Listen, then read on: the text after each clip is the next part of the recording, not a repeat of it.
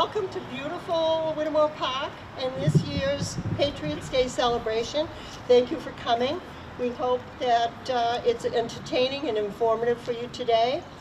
And we're trying to reserve some of the chairs for senior citizens, but I don't see any kids taking the seats right now, so that's fine. And after the program, the museum will be open for you to compare two unique Paul Revere models, one Model 5 and the other Model 6. They're side by side in this gallery, and I think you would enjoy that.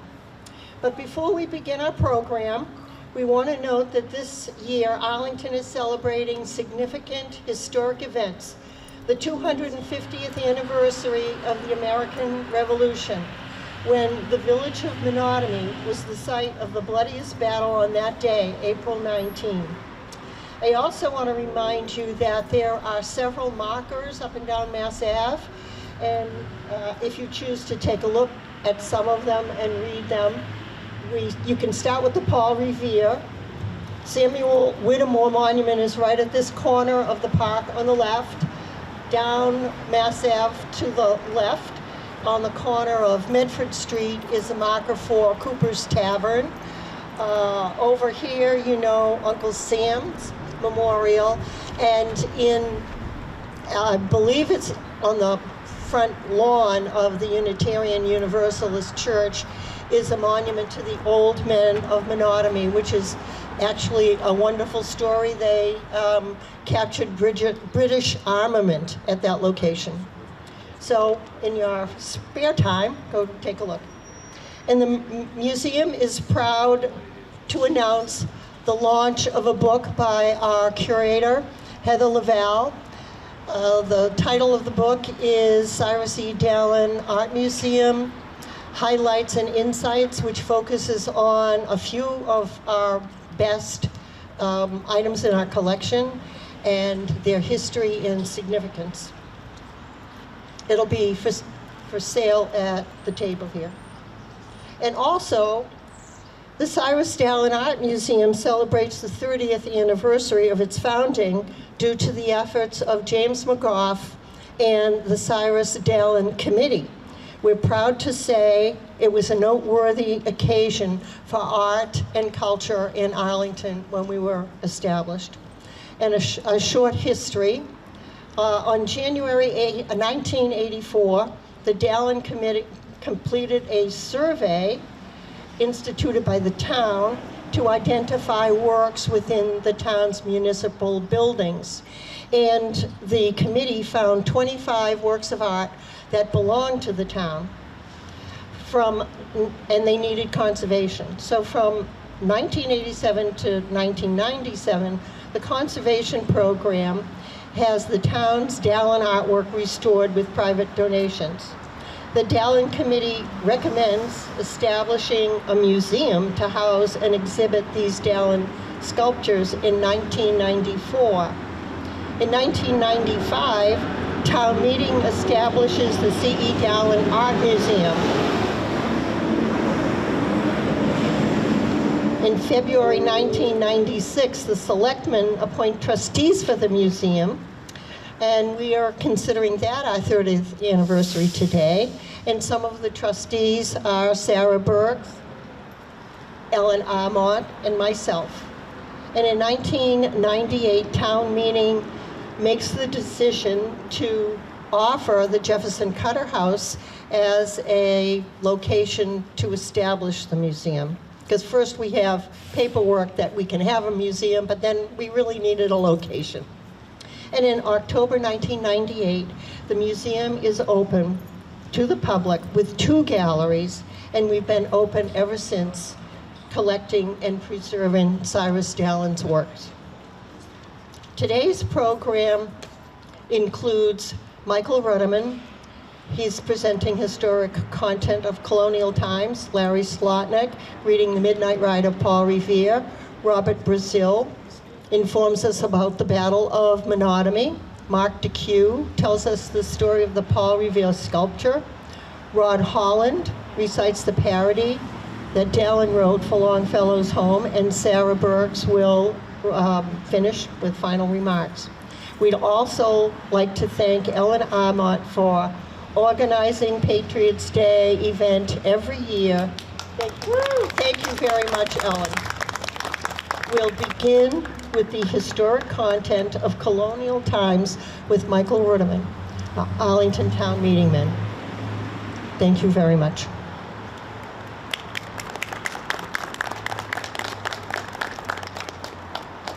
Thank you, Ellen, and thank you for joining us here today. I apologize. The rheumatism that has set into my chest has taken some of my voice as well, but I know you've given up your time too. We're all busy. We're all trying to get the first crop in before town meeting begins. Do you remember when we looked forward to the springs and muster days? How we'd turn out, pretend to drill and march around a little bit before the keg was opened. It's not been like that for a long time, has it? In fact, we've even got the young fellas training up as some sort of minute company, like they're actually going to war and would be ready to assemble on a minute's notice. Who could have imagined it? We didn't think it would come to this. We thought we'd be left alone finally after the French War ended and they and their savage allies were off our hills and neighborhoods, but no, King George couldn't leave us alone. First he was telling us we can't spread out west for new land and the farms that we need to support our families. Then we were going to be taxed on everything and other. The protests from that went all the way from here to London and around the world, and they took that tax off. But they kept it on tea. Remember tea? It's what we used to drink before that terrible powder of roots and berries and who knows what else is in it. But it was good. My wife still hasn't forgiven me, but we will not have tea in our household, not while the king's troops are enforcing a tax on it. No, I'm not a man of violence. But I must admit, I watched with great interest the reports of those natives who marched down to the docks and decided to take the tea into their own hands and give it back to the king with the outgoing tide. Will it end? I don't know it will end. Gage, whom we're supposed to call governor, he's a general, but he's a military dictator. Governor Gage holds 4,000 troops in Boston proper and employs them in taking surveys of the countryside. It's said they're looking for gunpowder and cannon. And our good friends in the next town over, Mr. Hancock and Mr. Adams. There are rumors that the cannon, the gunpowders, and Mr. Hancock and Adams all have billets on the next man of war leaving the harbor of Boston for London if they can be found and bound together in one. Meanwhile, our poor neighbors in Boston town are forced to quarter and billet His Majesty's troops. Have you quartering soldiers in people's homes? Something has to be done. We have what pretends to be our own Congress of our own continent, but they're better known for talking than acting. What will make them move? What will convince them? What will tell them that we are, dare we say, no longer the one people ruled by the king and his ministers and counselors of state? Could we ever imagine actually telling ourselves and the world that we have the right and the liberty to be our own people and free of these oppressions? I can't tell you what the future is. All I can tell you is we must watch and listen.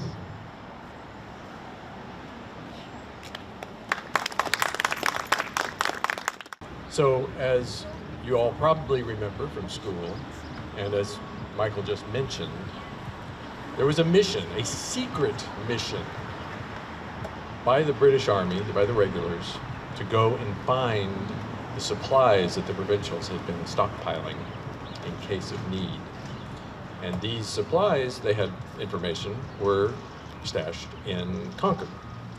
In addition, they were aware of Hancock and Adams being in Lexington, and as we just mentioned, it was a target to go and grab them as well. Now, the mission wasn't quite as secret as they expected, so Joseph Warren sent some riders to Lexington that night, that was the night of April 18th, to go and warn Adams and Hancock in Lexington and get the word out that it was happening. And so they took different routes. Revere went over the Charles and came through Cambridge. Dawes went down through Roxbury and across the bridge, eventually into Cambridge as well. But they both made their way to Lexington and were able to give the warning that the regulars were coming out. And once they did that, that triggered a sort of alarm system that the provincials had to let the countryside know that something was happening. And this involved church bells, it involved people firing their weapons, and it involved riders going out into the surrounding towns and let them know that something was happening. In the meanwhile, the British, thinking that they were, secret, sent about 700 troops over the Charles River to Cambridgeport, to a farm, sort of between Cambridgeport and Lechmere, and tried to gather there to sort of form up. They camped a bit, tried to get ready to get everybody together and start the march. That ended up taking several hours. They weren't very well organized, and it took them a long time to get everybody over in the boats. And in the meanwhile, the people who were waiting were stuck in basically a big muddy marsh. I mean, you know what April in New England is like, and there's no different there, especially right along the Charles. And so they were tired. It was the middle of the night. They were hungry. They didn't really get to eat or start fires. And they were somewhat disorganized. So it took them a while to get their act together. But eventually, they formed up and started marching out towards Lexington. So in the middle of the night, around 3 a.m., they came through Menotomy and made their way to Lexington to discover that the militia had been warned. And so they had formed up, a small company of them had formed up on the Lexington Common, now called the Battle Green, and were basically standing there waiting for them. Yeah, they were in formation. They weren't blocking the road. They weren't trying to stop anything. They just wanted to let it be known that they were watching and were aware of what was going on. Well, that's a situation that can lead to conflict, and so it did. The two sides, I guess you could say, the militia were standing there. The British troops sort of encroached upon them, and somebody fired a gun. Nobody to this day is sure who fired it. Each side tended to claim that the other did it. And there were many people at the time who said they couldn't remember, they couldn't even tell, really. It didn't really matter. Once the guns went off, that sort of inspired the regulars to start firing volleys. And they ended up killing a number of the militia who were, they later claimed, leaving. They had been ordered to disperse and they were doing so. So the British thought, okay, or I should say the regulars thought, okay, well, we better get on with our mission. It appears we're known, we better get moving. So they reformed and started marching towards Concord.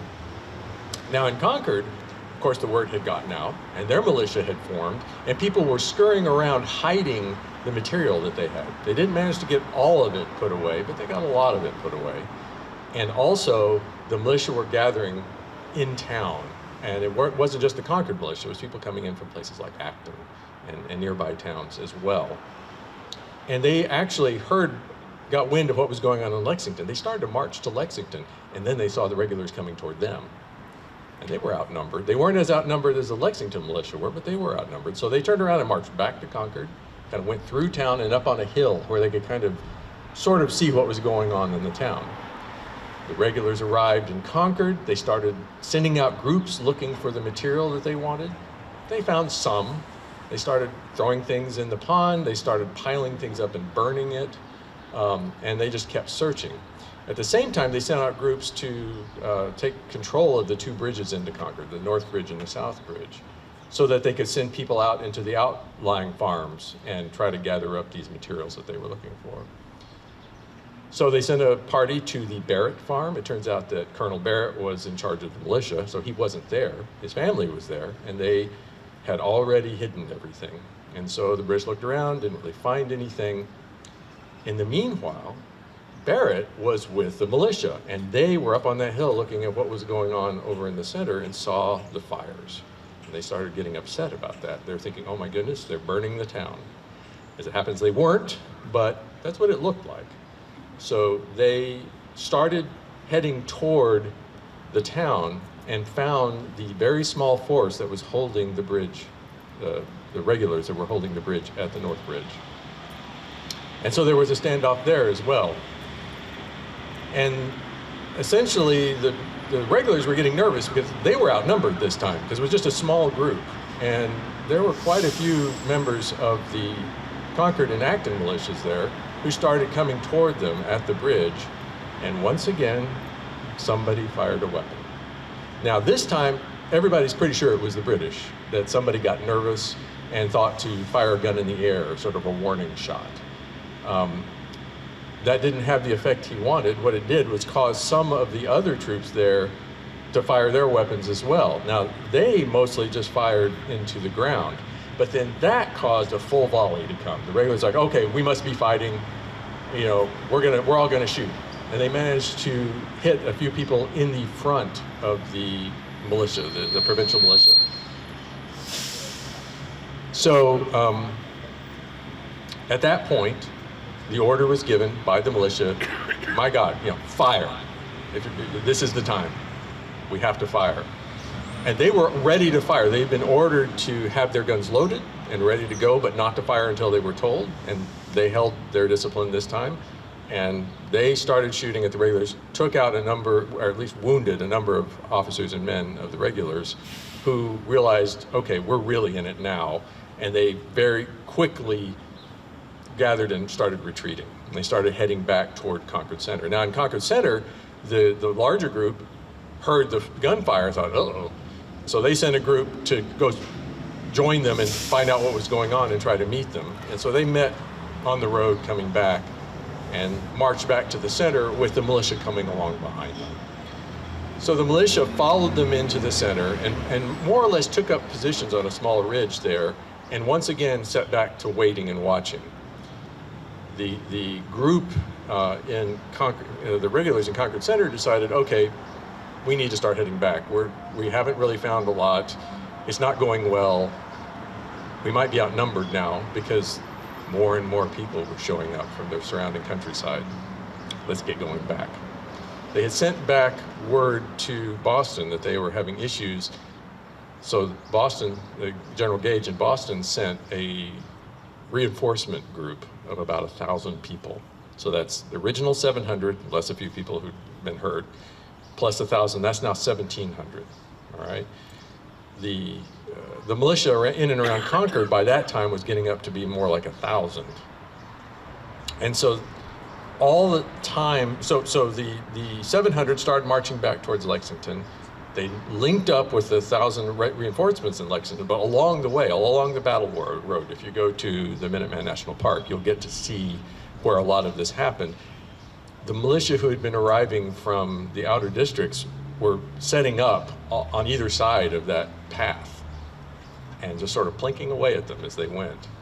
They had a series of battles just to get to Lexington, where they finally were able to connect with that supporting force. So now there's 1,700 regulars in Lexington Center.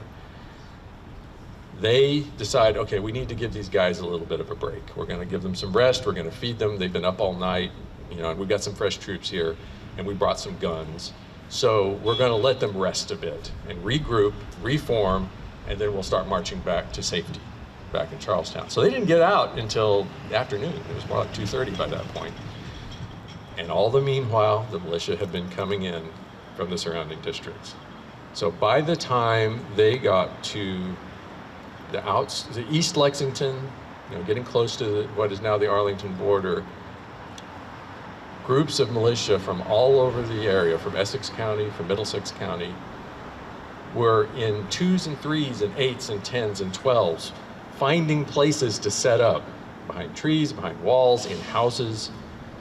And they all, it is basically, they set up what ended up amounting to a gauntlet that the regulars had to run in order to get to safety. And it was not pleasant for them.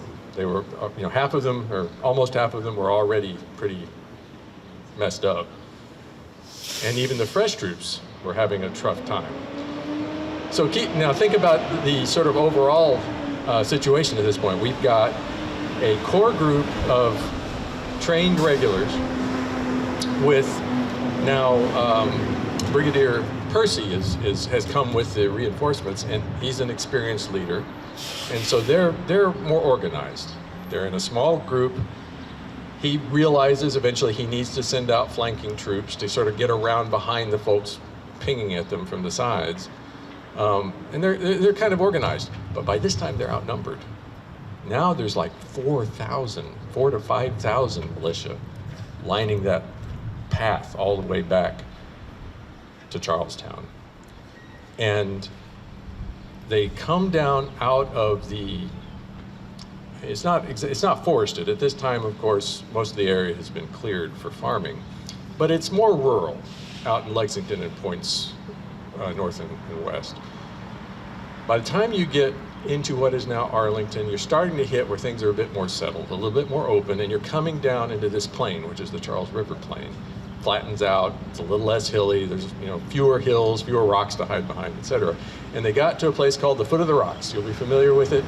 It's up Mass Ave a couple miles. We've got a new exhibit there that is largely complete, not entirely complete. There's some informational things that we want to get up there as well. But that is where the bulk of the militia had set up in ambush and ready for the regulars to come through. So the regulars hit that point and wham, they just started getting attacked from all sides. And that became a running battle down what is now Mass Ave. It was Concord Road at the time. Running battle, working their way through town. And of course, as they got into the more settled parts of town, there were more people in the houses. In particular, there were a bunch of people in the Jason Russell house about a couple blocks up the road here.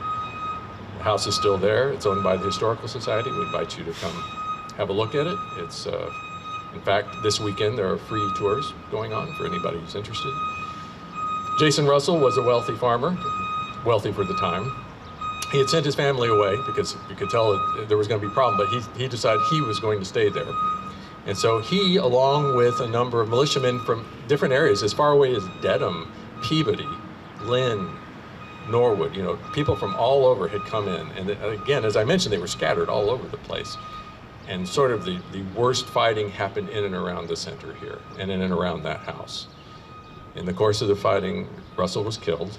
He was 59, I think. He was lame, so he couldn't move very well. And as I mentioned, the British had been sending out flanking troops out to come in from behind. And as I suggested, the American, now American troops, the militiamen were not as organized. They didn't have a centralized command. And so this had benefits and weaknesses. The benefit was nobody knew where they were, and they just popped up in various places, and they moved around, and they ran from place to place, which really bedeviled the English, the Redcoats. They were really unhappy about that. They're not used to fighting like that. The bad side is nobody was in charge. Nobody warned them about looking out for flankers. Nobody got them in particular places. And so it was a bit of a trade-off there, and the flankers had a strong effect. They came in from behind the house and attacked the people who were watching the road and were shooting at people on the road. They ended up killing a bunch of the people in the house, shooting up into it. We've done a certain amount of sort of bullet traces and studies, and the bullet holes are still there, so we could tell where they were being fired at from, and it was from behind the house, effectively. And so not everybody in the house was killed. A few people managed to get down into the basement, and it was hard to go into the basement if somebody was waiting there for you with a gun. So the Brits tried a couple times, a few people got shot, and they gave up and left. There were people who hid upstairs. Unfortunately, they came downstairs at just the wrong time, just as Brits were coming in the door, and they didn't survive that, unfortunately. In the end, nobody is certain how many people were killed in and around the house, partly because some people were being brought there from the surrounding area, and partly because some people were being carried away and taken back home.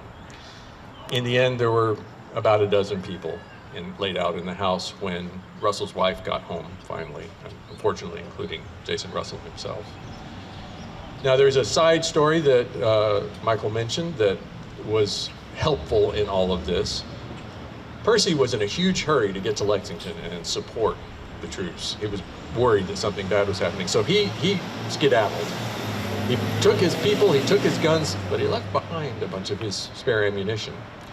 And so that was sent later in a convoy of 2 wagons, guarded by, I don't know, a dozen, 12 or 13 men. And when they hit Menotomy on their way out to support them, well, it turns out there were some militia still here who were perhaps over age, and maybe some other less creditable reasons, were not allowed to go along with the militia that headed out to Lexington.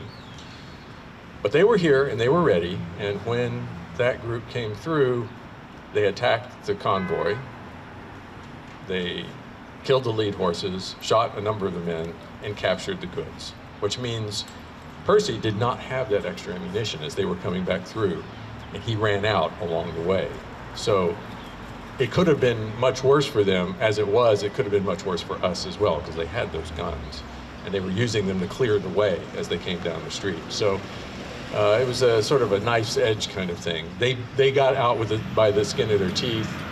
They made their way back to Charlestown with the militia coming along behind them, basically harrying them the whole way. And of course, at that point, they were stuck in Boston, completely besieged and surrounded by a very angry set of militia. And that is a whole nother story, leading to Evacuation Day. That's a story for another time. But that's the sort of the long and short of it. I hope you enjoy hearing it again, and we'll try to hit it again year by year as people sort of get it into their heads. And thank you very much. We heard about, from Mike Ruderman, the introduction to the times of Paul Revere. But what about his life? He was born in the year 1734, just 2 years before George Washington, to a French Huguenot father who had anglicized his given name from Revoir to Revere prior to his marriage to a wealthy Boston family. He apprenticed at the age 13 to a silversmith, and that became Revere's trade. He became an ardent patriot in his impressionable 20s and 30s. That would have been the 1750s and 1760s, experiencing the times of the smothering British occupation of Boston we just heard about. He was one of many Sons of Liberty in the 1770s, and it was he who organized an intelligence and alarm system that kept watch on the movements of the British military at that time. Let's fast forward to the 1800s, 1860s, and Henry Wadsworth Longfellow. Now, he was an English professor at Harvard University. He was quite upset about slavery. He was an abolitionist, and he composed this poem about Paul Revere for the purpose of energizing the people to fight against slavery and sign up to support the idea of a war against the South. It's a long poem. I'll start now. Listen, my children, and you shall hear of the midnight ride of Paul Revere. On the 18th of April in 75, hardly a man is now alive who remembers that famous day and year. He said to his friend, "If the British march by land or sea from the town tonight, hang a lantern aloft in the belfry arch of the North Church Tower as a signal light, one if by land and two if by sea, and on the opposite shore I shall be, ready to ride and spread the alarm through every Middlesex village and farm, for the country folk to be up and to arm. Then he said, "Good night," and with muffled oar silently rowed to the Charlestown shore. Just as the moon rose over the bay, where a swinging wide at her moorings lay, the Somerset, British man o' war, a phantom ship, with each mast and spar across the moon like a prison bar, and a huge black hulk that was magnified by its own reflection in the tide. Meanwhile, his friend through alley and street wanders and watches with eager eyes, till in the silence around him he hears the muster of men at the barracks door, the sound of arms and the tramp of feet, and the measured tread of the grenadiers marching down to their boats on the shore. Then he climbed the tower of the old North Church, by the wooden stairs with stealthy tread, to the belfry chamber overhead, and startled the pigeons from their perch on the somber rafters that round him made by the trembling ladder, masses and moving shapes and shade, by the trembling ladder steep and tall, to the highest window in the wall, where he paused to listen and then looked down a moment on the roofs of the town and the moonlight flowing over all. Beneath in the churchyard lay the dead, in their night encampment on the hill, wrapped in silence so deep and still that he could hear like a sentinel's tread the watchful night wind as it went creeping along from tent to tent, and seeming to whisper all is well. A moment only he feels the spell of the place and the hour and the secret dread of the lonely belfry and of the dead, for suddenly all his thoughts are bent on a shadowy something far away, where the river widens to meet the bay, a line of black that bends and floats on the rising tide like a bridge of boats. Meanwhile, impatient to mount and ride, booted and spurred, with a heavy stride on the opposite shore walked Paul Revere. Now he patted his horse's side, now gazed at the landscape far and near, then impetuous stamped the earth and turned and tightened his saddle girth, but mostly he watched with eager search the belfry tower of that old North Church, lonely and spectral and somber and still. And lo, as he looks on the belfry's height, a glimmer and then a gleam of light. He springs to the saddle, the bridle he turns, but lingers and gazes till full on his sight a second lamp in the belfry burns. A hurry of hoofs in a village street, a shape in the moonlight, a bulk in the dark, and beneath, from the pebbles, in passing, a spark. Struck out by a steed flying fearless and fleet, that was all. And yet through the gloom and the light, the fate of a nation was riding that night. And the spark struck out by that steed in his flight, kindled the land into flame with its heat. He has left the village and mounted the steep, and beneath him, tranquil and broad and deep, is the mystic, meeting the ocean tides, and under the alders that skirt its edge, now soft on the sand, now loud on the ledge, is heard the tramp of his steed as he rides. It was 12 by the village clock when he crossed the bridge into Medford town. He heard the crowing of the cock and the barking of the farmer's dog, and felt the damp of the river fog that rises after the sun goes down. It was 1 by the village clock when he galloped into Lexington. He saw the gilded weathercock swim in the moonlight as he passed, and the meeting house windows blank and bare, gaze at him with a spectral glare, as if they already stood aghast at the bloody work they would look upon. It was 2 by the village clock when he came to the bridge in Concord town.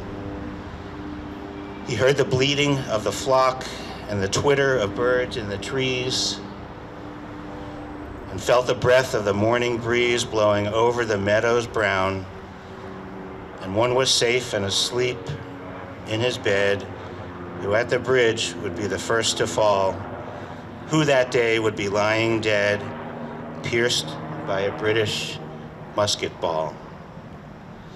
You know the rest in the books you have read, how the British regulars fired, then fled, how the farmers gave them ball for ball from behind each fence and farmyard wall, chasing the redcoats down the lane, then crossing the fields to emerge again under the trees at the turn of the road and pausing only to fire and load.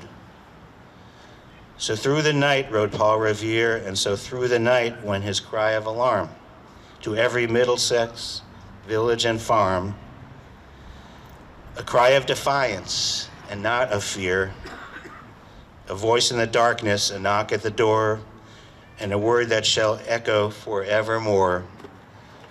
For born on the night wind of the past, through all our history to the last, in the hour of darkness and peril and need, the people will waken and listen to hear the hurrying hoofbeats of that steed and the midnight message of Paul Revere.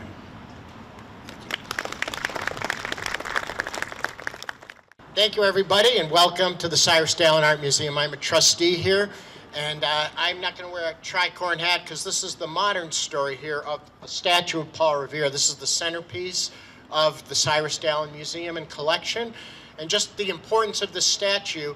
As I used to say, if you go to Paris, what do you think of? The Eiffel Tower, right? If you go to St. Louis, the Great Arch. In Washington, the Washington Monument. Well, if you want to say you're in Boston in one picture or one silhouette, it is the Paul Revere statue. In fact, there's a Godzilla movie where they show the statue actually going through the lava. So the story of Paul Revere's statue and Cyrus Dallin, as we like to say, is a story of 57 years and 7 different models. So just a little context, if you think 57 years, after that passes, it's going to be the 300th anniversary here of these events. So the story starts, as we have this is in our museum here, starts in 1883, where after the great poem that James read here, you know, at that time, no TV, no TikTok or anything, the poems actually had a great effect on the public when they're published. So the town fathers here in Boston is like, this is a story of the revolution to Boston, we should have a monument for him. So they were going to put it in Copley Square, and they had an international contest for people to submit models for this, to make this sculpture. So one of the, so some of the entrants, Daniel Chester French, he is known for the Concord Minuteman statue here, and then James Kelly, and I think they had 8 entrances, and the final time to turn it in was actually April 19th, yesterday, in the anniversary. So they submitted their sculptures without their names on them, so they wouldn't be biased. And who do you know that said that got into the top 3? Our boy Cyrus Dallin. He was 22 at the time, and had just recently been in Boston. So you can see here the picture of the first one that he did, and this one was called Waiting for the Light. And so after they had these first ones, they showed them to the public, and some smart guy wrote in and said, well, this is historically inaccurate. Paul Revere was never actually looking at the light. He knew where the British were coming already. So they had them to have a second round. Now, actually, so an important thing to note, the prize for just winning and getting to the second round was $300. Now, today that won't buy you parking at Gillette Stadium for the World Cup. But if you use the inflation calculator, that was $10,000 in 1883. And so imagine anybody 22 years old if you had $10,000 at that time. So the sculptures were submitted in clay, and they asked them to revise them. And so you'll see the second model here that was done a little later, and just the difference between sort of the undynamic piece here and then what we have here with the horse jumping up and the arm going back. And they said a lot, it really spoke to the spirit of the revolution, even if it wasn't the best sort of depiction of Paul Revere. And so you know the painting that we have of Paul, so we knew what he looked like. So they really liked it, and they chose Dallin again. So they asked him to kind of revise it to come up with the third model here in 1884. Is about 18 months between the first one and the third one. And this became Dallin's favorite. So they were going to give him $20,000 and 2 years to make the sculpture. So again, with the inflation calculator, that's over $800,000 in today's money. But then bad things started to happen. So the mayor at the time had not signed the contract that they had, and then the thing that really changed it was from the villain of our story, and his name was Thomas Bartlett. A big boo for boo, Thomas Bartlett. So Thomas Bartlett was the teacher that Dallin had come to study with here in Boston, and he kind of got everything that he could learn from him in the time he was there. And so when Bartlett saw that this young guy who wasn't even his protege, but one of his mere young students, had won this, $10,000 prize, he wrote a very disparaging letter to one of the papers at the time, decrying this young guy who was also from Utah. You have to imagine, Daniel Chester French was from Concord, and so who's this young guy from the West, in country hick, living out in Springville, Utah? And so that made the whole the whole project kind of fall apart. Dallin noticed just how people stopped talking to him. We've all experienced this, right? When people are kind of ghosting you and so forth. So he was very discouraged with this, as his first great commission, and he was not established. He had just done some smaller pieces. So at this time he went off to Paris, like people at that time did, the center, to really learn sculpture. So when he came back to try to revive the project, and he had the signed contract and everything, to his great dismay, model number 3 here, which was again molded of clay, he left it in a shop, and the shop was closed, and the shopkeeper was dead, and so this sculpture has been lost to history. So this was his favorite model. So he revised it to our 4th model here in 1890, back from Paris. And this one's quite different. You see the feet in front, sort of as the horse is coming to a halting stop. But the politics had changed in the time, so they really couldn't get the project revised. So Dallin again went off to Paris, and he was there for a little longer now, and so he came back to the States, to Boston, in 1890, or 1899, and then created what is known as the 5th model, right here. Now the 5th model we have 2 representations of here at the museum. We have this model outside of brass, and then inside you will see our plaster model, which has been restored. It's a wonderful piece. And so at this time, as I said, plaster or brass, but we still hadn't got to the full-size model, which is a whole process in itself. But this was very well received, and it's a beautiful piece. So Dallin sold this to P.P. Caproni and Brother, and it's a sculpting firm here, and a lot of our pieces inside you'll see are through this firm where he gives them the clay, and then they cast it in plaster and make reproductions. So many reproductions of model number 5 exist, both in plaster and in bronze, and of different sizes. There was a small one, and then this size that you see here. So this, as I said, sold. He got a little commission on each one, and they gave him some money up front, and then also they gave him one of these statues to keep that they cast, because the clay ones don't last forever. The plaster does. But again, they could not get the project off the ground, and he was getting very dismayed at this point, to the point that it was in his studio here in Arlington, and every year for the next 30 years, when they did the recreation of Paul Revere's ride through here, he'd take the cloth off of the statue and look at it and think about why this had never come to be what had been his first great commission.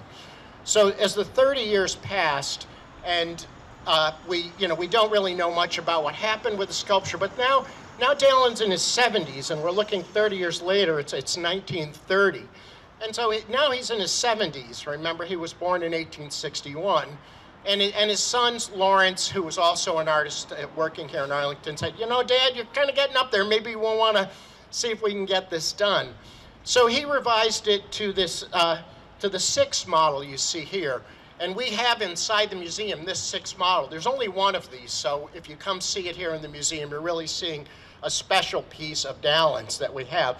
And again, he went back. You can see the similarities between the 4th model and the 6th model here. And so, but he really wasn't satisfied with this. So he revised it one more time in 1934. And at this time, Dallin, on his own, went and prepared a clay model 10 and a half feet high. He used 3 tons of clay to make this. Can you imagine when you're 70 years old getting up, you know, here he is, you can see sort of the comparison here. That's not Dallin, but, you know, so, and he got the clay. He was a teacher at the school. They loved him there. So everybody came together to help Dallin make this model. And so P.P. Caproni and Brother, which had made a lot of money off this, they cast it in plaster. And this plaster life-size rendition of sculpture number 7, they put it on the Esplanade. They tried all these ways, you know, they got some public support for it. And eventually they appealed to the White, I think Charles White, I want to say Thomas White, our great MC here, but the White Fund, which had money for doing public works. And one of the things in the provision for, you know, for this White Fund was to create things. And they say public works aren't created, they are just built, but art is created. So they did come up with the money, and they gave now Dallin, they said, okay, we're going to let you make this, and we're going to give you $25,000, which is only $500 more from the $200,000 he was, or the $20,000 we said, which translates to $800,000. But the money wasn't the issue now. It was getting this great work, his lifetime goal, to get this project finished. So it was cast in bronze. It was put together piece by piece. It's a whole process to make it with the different pieces. And it was finally installed where it is today. Every might have seen it in front of the Old North Church in Paul Revere Park. And so they had a great dedication ceremony. All the politicians, everybody wanted to get their name on it. And finally, at the end of this long day of the presentations, they had Dallin come up to the mic, and Dallin just simply said, "Thank you." Now, just the sad part, at this point, Dallin had 3 boys, Lawrence, Arthur, and Bertram. And Arthur, his middle and favorite child, had gone to join the French Foreign Legion. And this is in between toward World War II, and he was lost they didn't know what happened to him. He eventually passed, so he was a little bit dejected from this. But there it stood, and here it is today. Just the final things of the story. One interesting note, some of you may remember Mayor Curley, James Curley from Boston. A little bit of a reputation. Young kids who want to live in Boston know James Curley, but Curley would come out of the church on Hanover Street there in the North End, the Catholic church where he went, and he was kind of dismayed that the original installation of the statue was with Paul Revere facing the Old North Church. So Curley didn't like that he was looking at the rear end of the horse when he came out of church. So they had it turned around. Curley could get things done there. And so now the statue sits there today. If you go down, you won't see Cyrus Dallin name on the plaques with all the politicians, but it is his name in there. You can see it in the base. And so if you're ever giving tours of Boston or seeing these Freedom Trail tours, you won't hear this story of Cyrus Dallin of the 57 years and the 7 different versions that led to, I said, this statue that is so iconic to Boston that just a silhouette, you know, we know what this is. So I like that. So that's the story of this sculpture. I'd invite you all to come in here and see, I said, numbers 5 in plaster and this unique number 7, you know, to number 6 is the only rendition of this. And then, of course, even if the museum is closed, please bring your out-of-town guests to see the sculpture here, the beautiful mid-sized one of number 5 that we love. And there's a QR code there that you can learn more about the museum. So that is the story of the great Paul Revere statue. 57 years, 7 different editions, and really Cyrus Dallin's crowning accomplishment of his great career. And he passed here in Arlington, I think about 4 years after the dedication of this statue, but we still have it today. So thank you, and again, please come and visit the museum. We're open 12 to 4 on the weekends. Okay. And Tom White, you can come back here and introduce our next speaker. And thank you for all the speakers today, too. And if you want to get in the revolutionary spirit, I think we have tricorn hats for sale. Is that right? We have tricorn sets. Oh, and just one final note. The notes for this story, or to learn the whole story, is in this book called Let Justice Be Done, which is how the book concludes. It starts with the story at the beginning, and then at the end of the book, justice was finally done, that the statue was made. So if you're interested in learning more about Cyrus Dallin, see if you can find this book, but it's sometimes over $80 on eBay, so collector's item. Okay, thank you very much. Yeah, thank you very much, Mark. Mark's been practicing at my house for like 3 days, so I think we can get the horse out of the living room now. Next, we'd like to bring up a very special guest. Rod Holland is going to be reading Cyrus Dallin's parody of the Longfellow poem.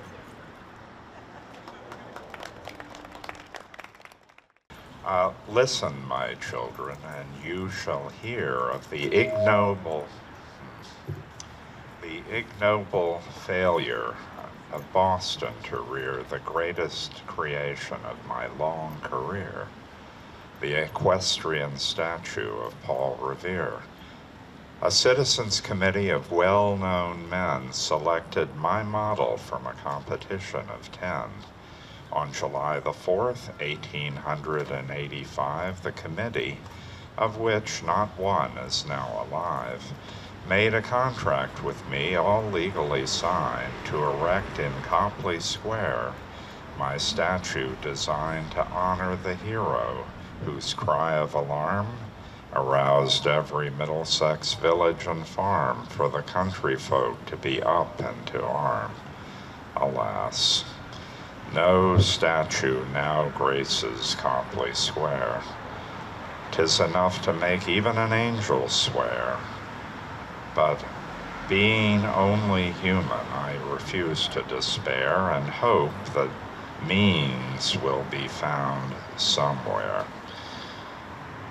So, after the lapse of many a year, due honor be paid to Paul Revere. Thank you. Well, I'd like to thank you, Rod, and I'd like to take a moment here to point out that Josh here is filming the proceedings, and he's from Arlington Cable, so you can probably watch this on Arlington Cable sometime in the future. Thank you so much, and thank you to everyone for coming out this morning. We were so lucky with the weather, and we're so glad to be celebrating with you here today. Huge thanks and gratitude for all our speakers sharing this important history of monogamy on the first days of the conflict, which we now know as the Revolutionary War.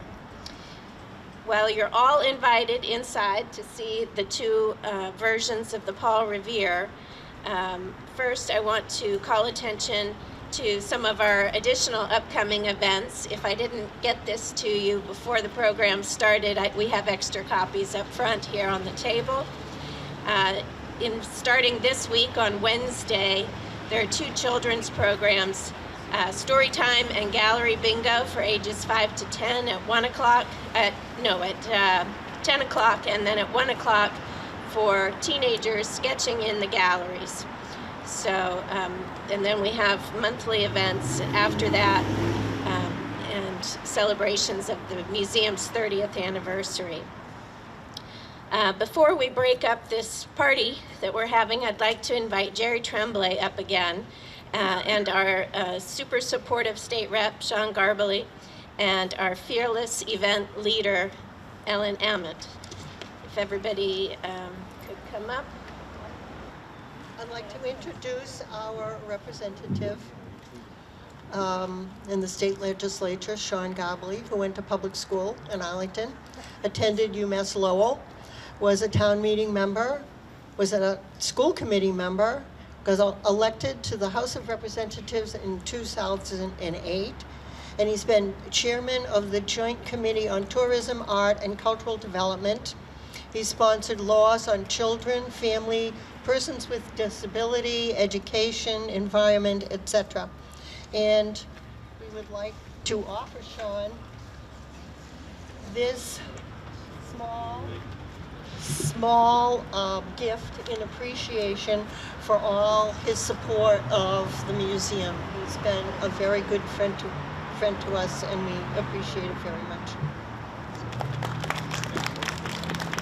Thank you. I'll be very brief because we've had a lot of amazing speakers. Just two things I want to highlight.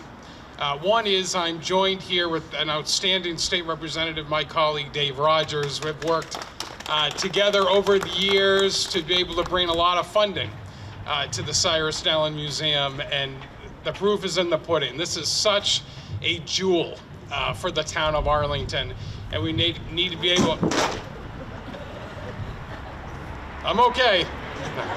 And we need to be able to preserve it for decades and centuries to come. This is really one of my favorite spots in the town of Arlington. And as the chair of the Tourism, Arts, and Cultural Development Committee, being able to highlight the value of this art museum to the rest of the Commonwealth is truly a pleasure.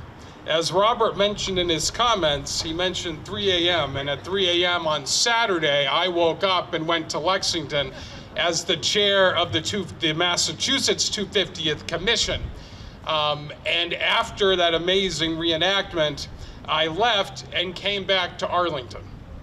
And as I was coming down Mass Ave, I was thinking about how much pride I have being from Menotomy, and how much pride everybody who lives in the town of Arlington should have in the role that Arlington played in the American Revolution, right? Most of the fighting, most of the casualties happened, the first day of the American Revolution happened right here in Arlington. John Adams made it very clear, right? A son of Massachusetts, the second president of the United States, made it very clear that the victory of the battle that happened, the Battle of Menotomy, made it clear for the rest of the world to hear that the colonies were in fact in a state of war with the king. Unquestionable, that moment, the Battle of Menotomy, and it started right here, and it is something to be prideful of. And I honestly think, as Arlingtonians, and everyone here agrees, that we need to do more to celebrate our role in the American Revolution, and certainly beginning the American Revolution. So I'm hopeful that next year and future years we will have a reenactment of the Battle of Menotomy as we did last year and the year before that. So thank you, Jerry, and thank you to everyone involved here at the Dallin Museum.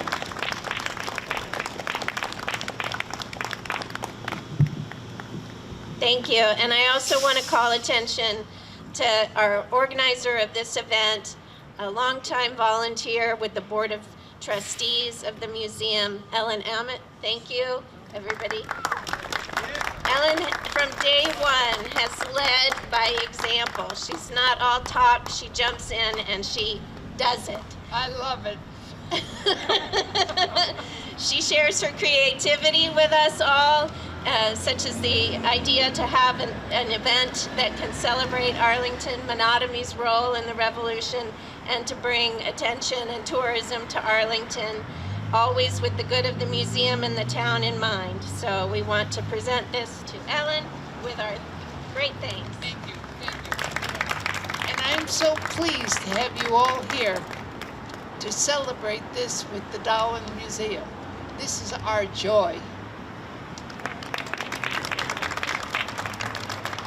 Thank you, everybody, for coming. The museum is going to be open at least for an hour if you'd like to go in. And the Paul Revere, we've got two, as Mark said, two Paul Revere statues in this gallery. One's a 5 and one's a 6, and you can see with your very eyes the difference.